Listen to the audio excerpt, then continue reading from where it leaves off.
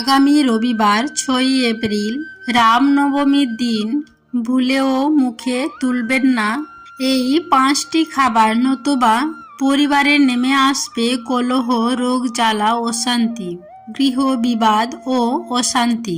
বরঞ্চ রামনবমী শাস্ত্রসম্মত নিয়মবিধিগুলি মেনে চলুন এবং খাদ্য খাবারের যে বিধিনিষেধগুলি আছে সেগুলি পালন করার চেষ্টা করুন।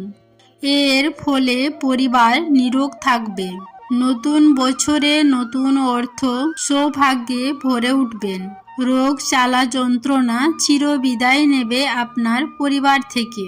নমস্কার বন্ধুরা, ধর্মকথার আরও একটি ভিডিওতে জানাই আপনাদের সুস্বাগতম। আশা করছি ঈশ্বরের কৃপায় আপনারা সকলে ভালো আছেন এবং সুস্থ রয়েছেন। বন্ধুরা, আগামীকাল রামনবমী। ভগবান রামচন্দ্রের জন্মদিনটি রামনবমীর উৎসব রূপে পালন করা হয়। এটি হিন্দু উৎসব। ভগবান শ্রীরাম ভগবান বিষ্ণুর সপ্তম অবতার। এই উৎসবটি চৈত্র মাসের শুক্লপক্ষের নবমী তিথিতে পালন করা হয়।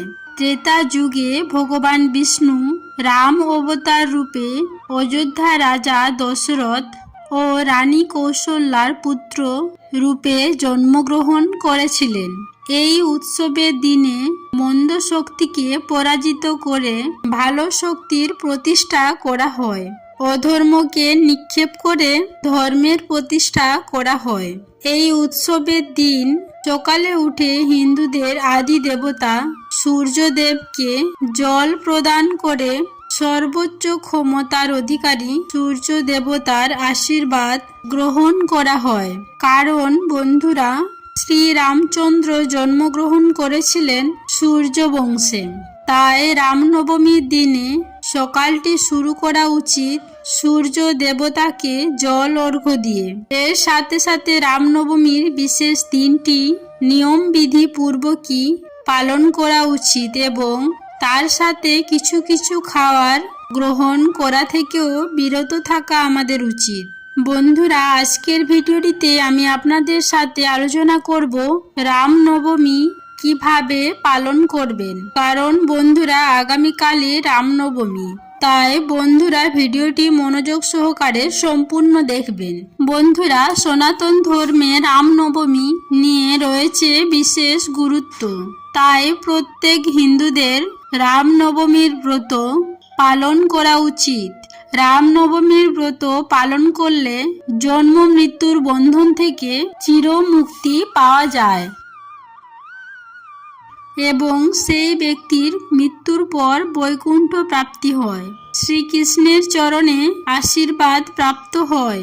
বন্ধুরা, রামনবমীর দিনে খুব সকাল সকাল শয্যা ত্যাগ করবেন এবং বিছানায় বসেই প্রভু শ্রীরামকে আপনারা স্মরণ করবেন। রমন্তে সর্বত্র ইতি রাম শ্রীরামচন্দ্রায় নমঃ। বন্ধুরা, সকালবেলায় উঠে আপনারা এই মন্ত্রটি মনে মনে জপ করবেন 3 বার এবং তারপরে আপনারা শয্যা ত্যাগ করবেন এবং চেষ্টা করবেন এই দিন খুব সকাল সকাল শয্যা ত্যাগ করার। আমি ভিডিওর শুরুতেই বলে দিয়েছি যে শ্রীরামচন্দ্র জন্মগ্রহণ করেছিলেন সূর্য বংশে। তাই রামনবমীর দিন সূর্য দেবতাকে জল অর্ঘ্য দিতে কিন্তু একদমই ভুলবেন না। যদি বন্ধুরা এই দিন আপনারা সূর্য দেবতাকে জল অর্ঘ্য দিতে ভুলে যান, তাহলে রামনবমীর ব্রত আপনার অসম্পূর্ণ থেকে যাবে। আপনি সকাল সকাল শয্যা ত্যাগ করে ঘর দুয়ার পরিষ্কার পরিচ্ছন্ন করে স্নান সেরে নেবেন এবং স্নান করবার পর একটি তামার পাত্র নেবেন। তামার পাত্রে জলপূর্ণ করে এবং সেই তামার পাত্রে অক্ষত, আতক চাল, লাল চন্দন এবং লাল ফুল এবং সামান্য মিশ্রি বা গুড় সহযোগে সূর্য দেবতাকে জল অর্ঘ্য দেবেন। এটি হলো আপনার রামনবমী পালনের প্রথম একটি কাজ। এই কাজটি বন্ধুরা আপনারা অবশ্যই করবেন এবং সেই দিন বাড়ি ঘরদোর অত্যন্ত পরিষ্কার পরিচ্ছন্ন রাখবেন। বন্ধুরা, আপনার ঠাকুর ঘরে যদি প্রভু শ্রীরামের কোনো আলেখ্য বা বিগ্রহ থাকে সেদিন অবশ্যই পূজা করবেন।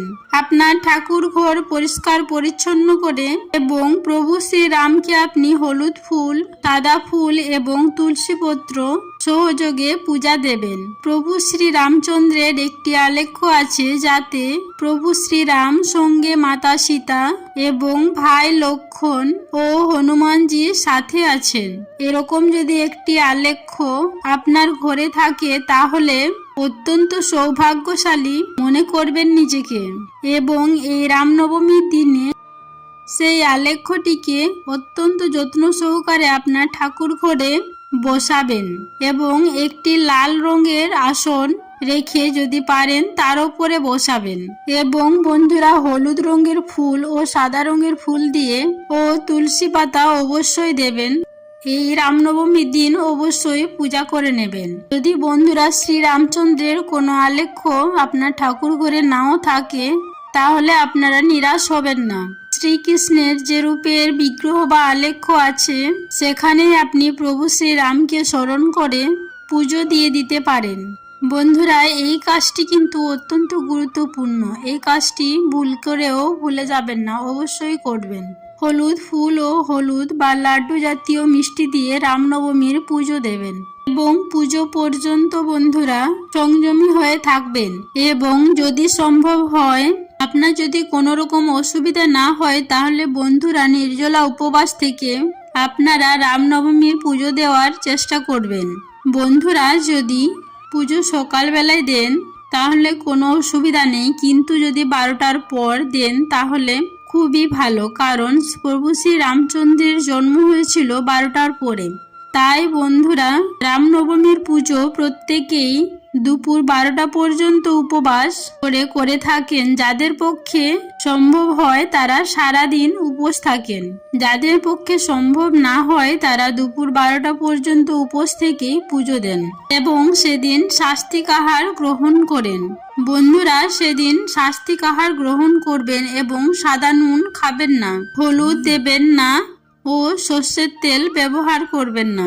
ঘি সহযোগে নিরামিষ খাবার আপনারা গ্রহণ করতে পারেন, হলুদ ছাড়া এবং সন্ধক লবণ দিয়ে আপনারা গ্রহণ করতে পারেন। বন্ধুরা এইটুকু বলছি, যারা রামনবমীর ব্রত করবেন তারা অবশ্যই গ্রহণ করবেন এবং সেদিন পঞ্চরবি শস্য খাবেন না। বন্ধুরা এবার বলি এই রামনবমীর দিন ভুলেও যে খাবারটি গ্রহণ করবেন না সেটি হচ্ছে পেঁয়াজ, রসুন, মুসুরির ডাল এবং মাছ, মাংস, ডিম, কোনো প্রকার আমিষ জাতীয় খাদ্য। বন্ধুরা এই আমিষ জাতীয় খাবার এই পবিত্র দিনে ভুল করেও গ্রহণ করবেন না। বন্ধুরা সমস্ত হিন্দুদের গর্বের বিষয় হচ্ছে রাম মন্দির, যেখানে প্রভু শ্রীরামের জন্মভূমিতে রামলালার প্রাণ প্রতিষ্ঠা হয়েছে। তাই প্রত্যেক হিন্দুদের কিন্তু কর্তব্য রাম নবমীর দিন সামান্য বিধি নিয়মগুলি পালন করার। বন্ধুরা নিরামিষ আহার গ্রহণ করা এমনই কিছু কঠিন কাজ নয় যেটি করা আমাদের সম্ভব নয়। তাই বন্ধুরা আপনারা প্রত্যেকেই এই দিন নিরামিষ এবং সাত্ত্বিক আহার গ্রহণ করুন। এই দিন কোনো রকম পোড়া জাতীয় জিনিস কিন্তু গ্রহণ করবেন না। বন্ধুরা যে কোনো পূজা অর্চনা, ব্রত, উপবাসের দিন পোড়া জাতীয় খাবার খাওয়া কিন্তু একদমই উচিত নয়। এর ফলে ব্রত উপবাসে সঠিক ফল পাওয়া যায় না। কোনো সবজি পোড়া, কোনো মশলা পোড়া বা রুটি আপনারা গ্রহণ করবেন না এই রামচন্দ্রের জন্মের পবিত্র দিনে। রামনবমী তিথিতে ভুলেও খাবেন না কোনো পোড়া জাতীয় জিনিস। বন্ধুরা এছাড়াও যে জিনিসটি ভুলেও খাবেন না যা হচ্ছে তামাক বা মদক জাতীয় জিনিস। বন্ধুরা তামাক বা মদক জাতীয় জিনিস মানুষ নেশার জন্য গ্রহণ করে থাকে। এর কোনো প্রকার খাদ্যগুণ থাকে না, কিন্তু এক ধরনের অবৈধ আনন্দ লাভের জন্য মানুষ এই ধরনের নেশা জাতীয় দ্রব্য গ্রহণ করে থাকে। যে কোনো ব্রত উপবাসের দিন আপনি ব্রত করে এবং তার সাথে যদি আপনি এই সমস্ত দ্রব্য গ্রহণ করেন তাহলে ব্রত উপবাস করাই আপনার বৃথা হয়ে যায়। তাই বন্ধুরা ভুল করেও এই পবিত্র দিনটিতে এই নেশা জাতীয় দ্রব্য ভুলেও গ্রহণ করবেন না। রামনবমী তিথিতে আর যে জিনিসটি আপনারা ভুলেও গ্রহণ করবেন না তা হচ্ছে তেতো জাতীয় জিনিস। বন্ধুরা, রামনবমী তিথিতে মুখ মিষ্টি করার চেষ্টা করুন। সেদিন আপনারা বাড়ির প্রত্যেকে পূজার পরে একে অপরকে মুখ মিষ্টি করান। যদি বাড়িতে আপনার কোনো বন্ধু বান্ধব আত্মীয় স্বজন আসে বা কোনো প্রতিবেশী আসে, তাকে আপনি মুখ মিষ্টি অবশ্যই করান, কিন্তু তিক্ত বা তেতো জাতীয় কোনো জিনিস সেদিন ভুলেও আপনারা কেউ গ্রহণ করবেন না বা কাউকে দেবেনও না। এর ফলে পরিবারের সদস্যদের মধ্যে তিক্ততা বাড়ে। প্রভু শ্রী রামচন্দ্রের পুজো করলে সব থেকে যেটি ফল পাওয়া যায়, যারা পরিবারের সদস্যরা আছেন, ভাইয়ের সাথে, মা বাবার সাথে সন্তানের, স্বামীর সাথে স্ত্রীর সম্পর্ক অত্যন্ত ভালো হয়। প্রভু শ্রী রামচন্দ্রের পুজো করলে বাড়ির ভেতরে গৃহ অশান্তি, গৃহ বিবাদ এগুলো কিন্তু বন্ধ হয়। প্রভু শ্রী রামচন্দ্র আমাদের শিখিয়েছেন ত্যাগ করার কথা।